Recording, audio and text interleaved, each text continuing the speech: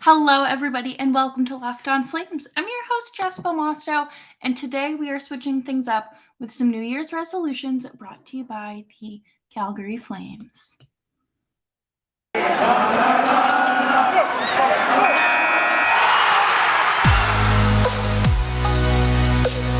You're Locked On Flames, your daily podcast on the Calgary Flames. Part of the Locked On Podcast Network, your team every day.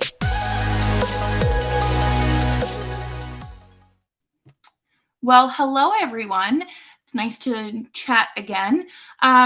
We have quite some time in between games, and we're going to reflect on the road trip, the disastrous road trip, a little bit later. But today I thought we would have some fun because we could all use a little bit of humor, a little bit of lightheartedness through these tumultuous times. And I thought that we could do New Year's resolutions because it's still January. And if you're like me, you're late to everything. You're late to every trend. So you either love New Year's resolutions, you hate them. I don't like them. I think that you can make goals throughout the year regardless. I set like monthly goals personally, or like 90-day increments, depending on how big of a goal it is. But let's run through some of the Flames roster, majority of the Flames roster actually, and assign them some New Year's resolutions. So let's start with the top line. Johnny Gaudreau, my sweet, small, little Italian son, for the sake of everyone's mental health and heart health, he should avoid playing games on social media around the trade deadline, because I swear to God, if he removes Calgary Flames from his bio one more time, I might lose it. And I think that every year it is honestly like, oh, Johnny's coming home. And I think if there was going to be a year to do it, it would be now, since he is entering free agency this summer. So might as well get something for him while you still can. Elias Lindholm. Okay. He has a very nice face. He has a very nice face. He has a very nice dog. I think that he should take more selfies. It's what we as a society want and what we deserve. And I think that it's fair to ask that of him.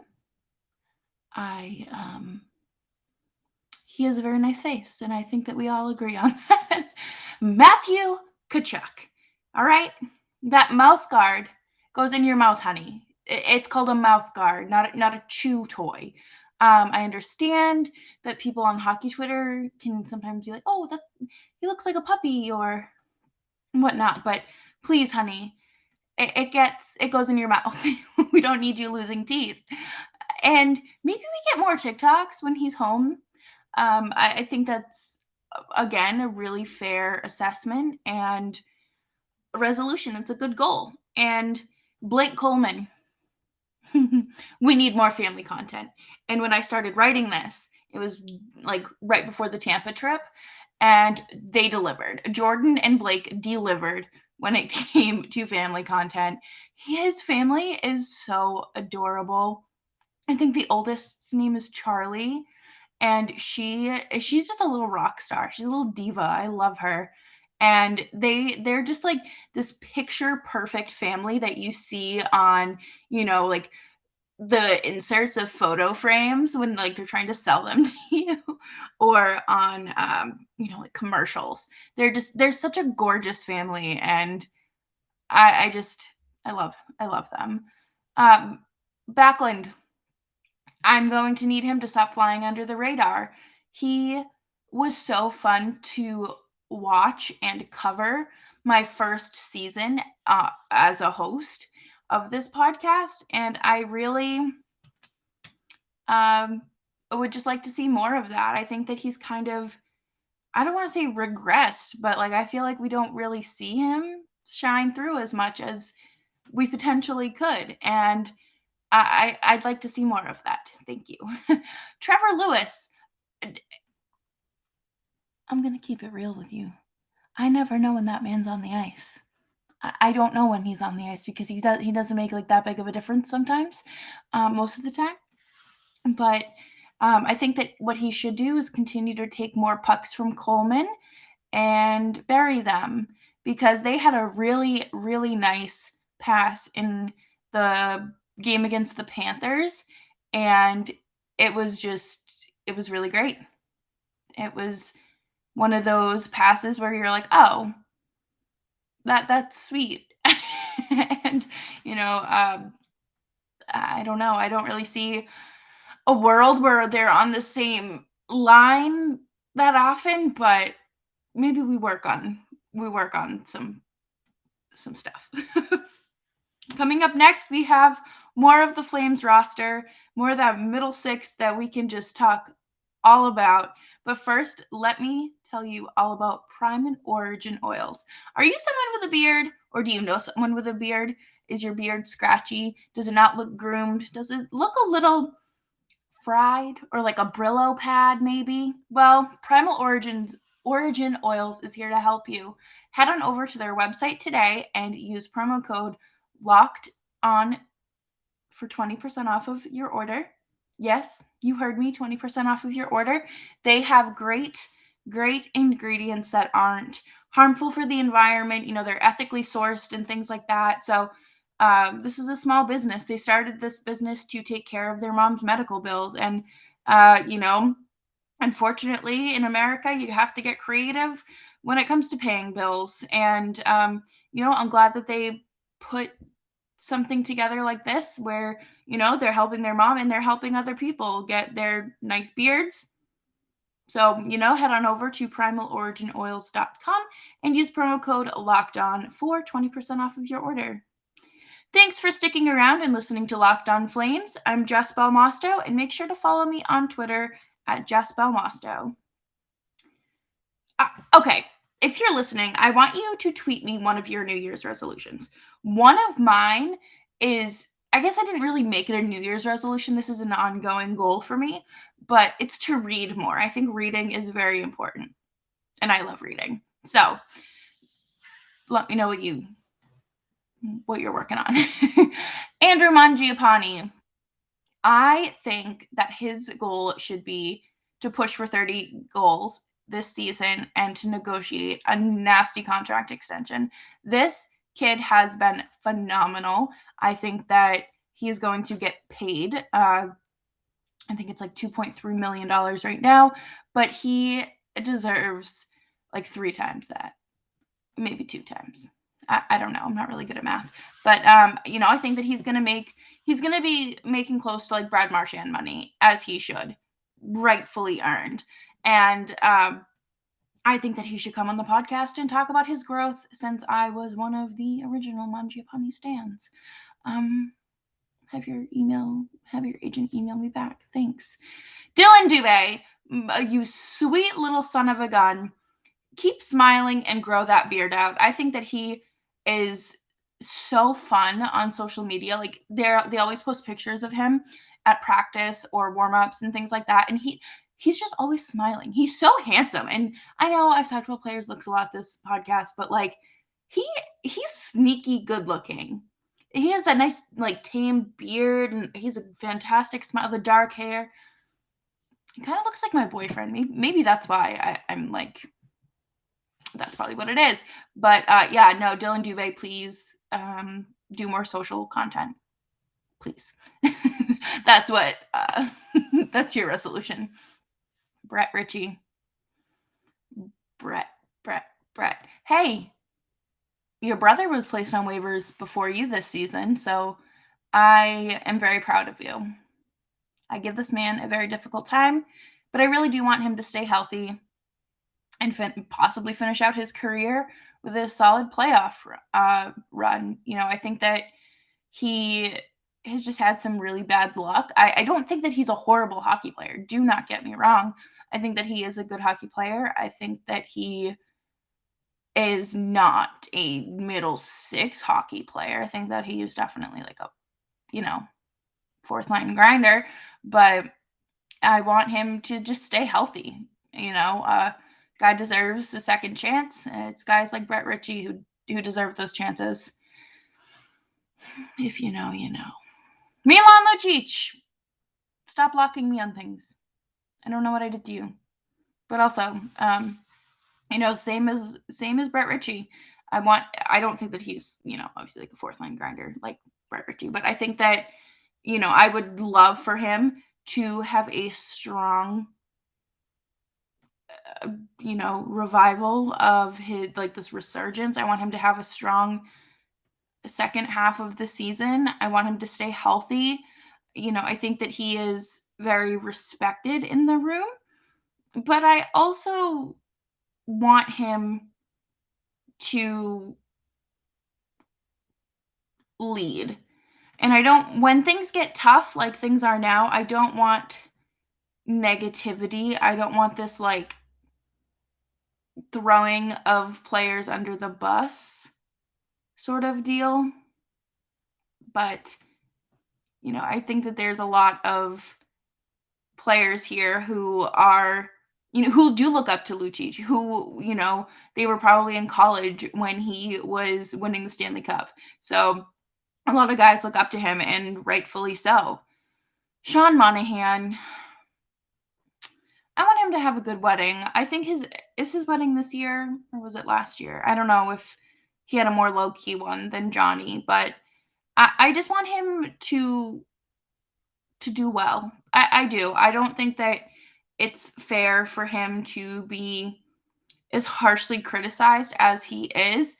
And I have always called him the poor man's David Krejci. And I guarantee you, when his hip is fully healed, like I'm talking like 200%, and he's like back at a healthy playing level, he will be the Sean Monahan that Flames fan knew to grow and love.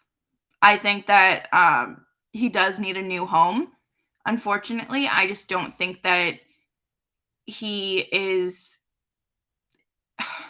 currently in the position to be on the Flames. Like it's hard to slot in on the third and fourth line and, continue to really struggle. I don't know. I want him to stay a Flame. I do. But at the same time, I think that he deserves a fair shot. And I don't know if he's going to like find that second chance here. And it just stinks because he's had so many injuries to the start of his career. And, I don't think that it's fair for me to say, oh, he sucks. I think that we have to look at this and say he's been playing injured, or he played injured last season. He has probably like never had a chance to truly fully recover from an injury over an off season. He's going into a season with a lingering injury or recovering from it, and hip surgery is no joke. Like Tuukka Rask just had to like rehab and like for 6 months. Sean Monahan did not have that time. He didn't have that time. And I don't know if he was rushed back. I don't know. I think that he maybe pushed himself. And I don't think that he's someone who is insane like Connor McDavid, who did like 1,000 hours of physical therapy in like 3 days or whatever it was. Obviously, that is quite the exaggeration. But it's just, I just want good things for Sean Monahan. And maybe he should switch to playing lacrosse. I feel like he would be a good lacrosse player. Yeah. But that's all I have for you for your forwards. I think we're going to break it down and talk about some defense and some goaltenders next. And you can bet that I'll have you covered. That's right. BetOnline AG is your online sports book expert. They have a freshly redesigned website that you can check out on your mobile device or your computer, wherever you are browsing the web. And I think it's a very easy to navigate website. And they are offering you, yes, you Locked On fans, a 50% welcome bonus when you sign up and make your first deposit today. So all you have to do is head on over to BetOnline AG, sign up with your email, make that first deposit, and use promo code LOCKEDON for that 50% welcome bonus. Thank you so much for tuning into Locked On Flames again today. and make sure that you are subscribed wherever you get your podcasts. And if you'd like to check us out on YouTube, Rasmus Anderson, just post more baby content. I think that's truly what the people want. I really don't have much to say about hockey.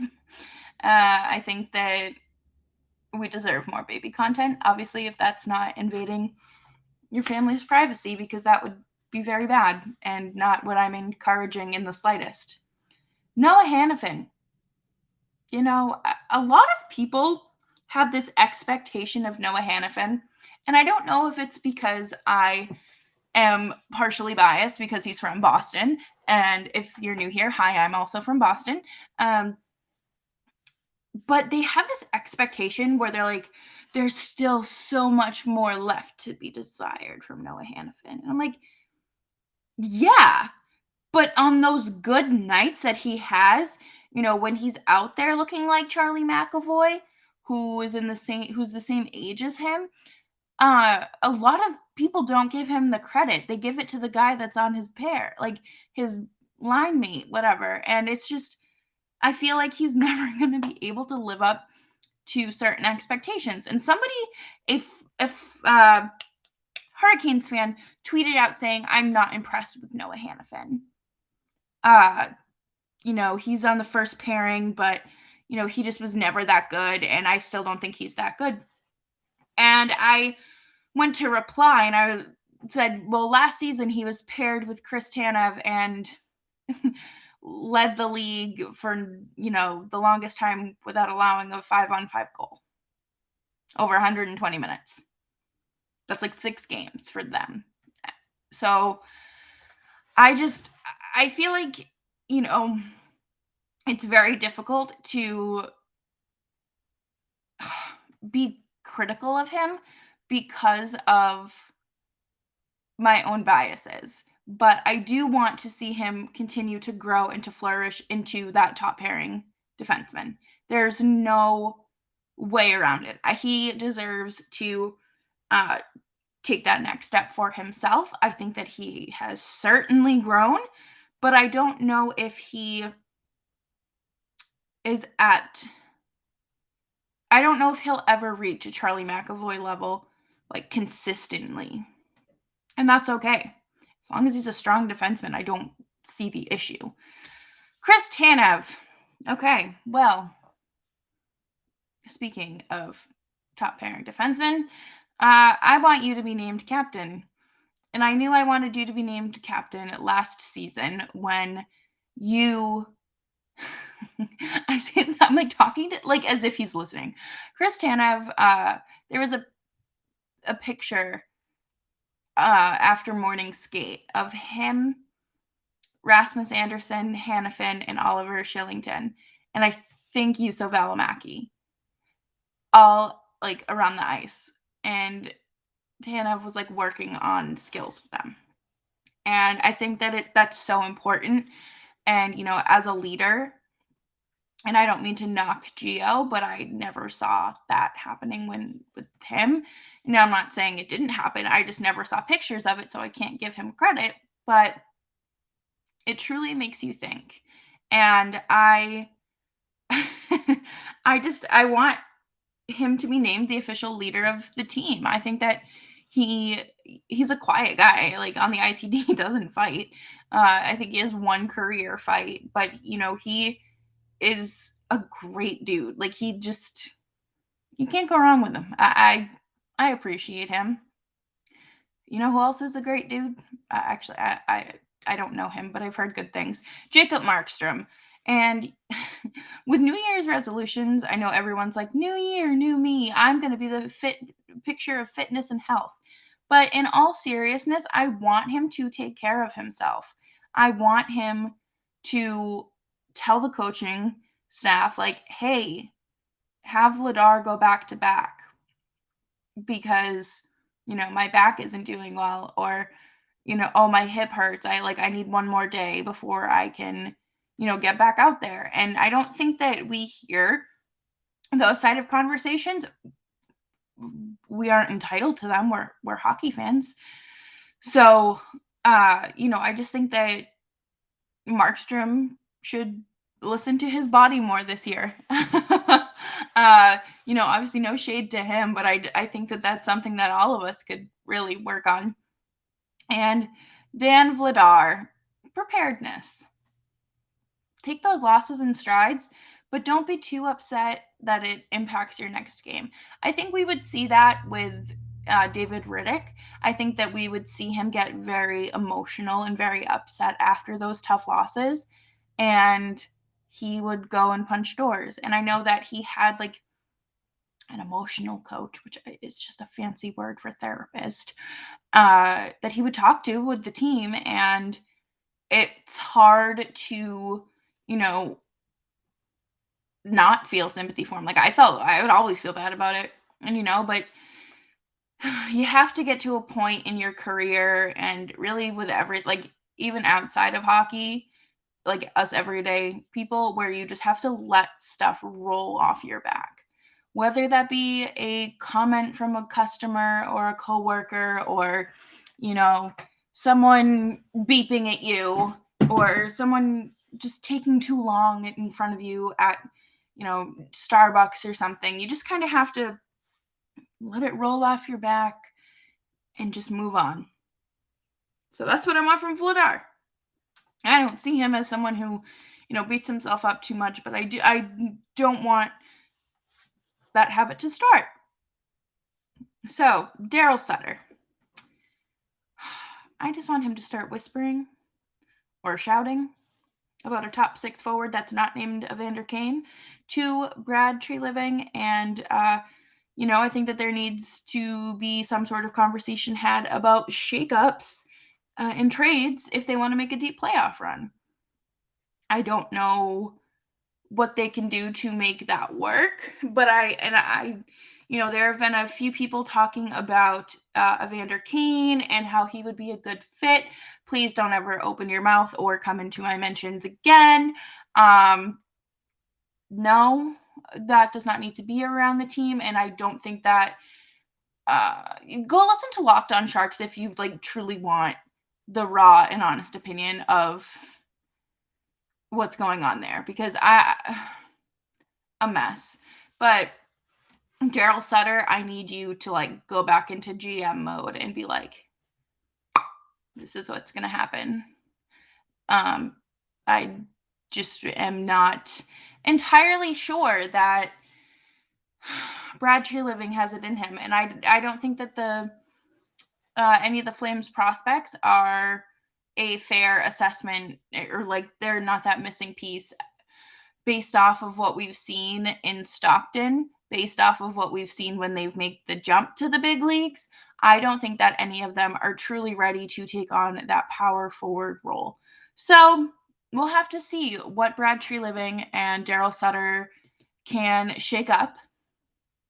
And hopefully Mr. Krabs over here will also enjoy the trade deadline, because that is approaching very quickly. Thank you all so much for tuning into Locked On Flames. I appreciate you all. If you follow me on Twitter, I've kind of been going through it with some stuff, just life. Next time you see me, I probably won't have glasses on. Still have my contacts. And, thank you just so much for listening to the show. And if you're interested in talking about the Evander Kane situation, Locked On Sharks is the place to do that. I think that that's more of an appropriate platform, because I'm too opinionated for those things, and I'm gonna be honest. Locked On Sharks, those guys are great. Kyle and JD are fantastic. Listen to their show, tweet at them, talk to them about it. I just won't be engaging. I will not be entertaining the idea of Evander Kane coming to the Flames. So thank you so much, and I'll catch you next time. We're gonna run down some updates. The Flames don't play until Thursday, so we are chugging along, and I will see you then, and we'll talk then. Bye-bye.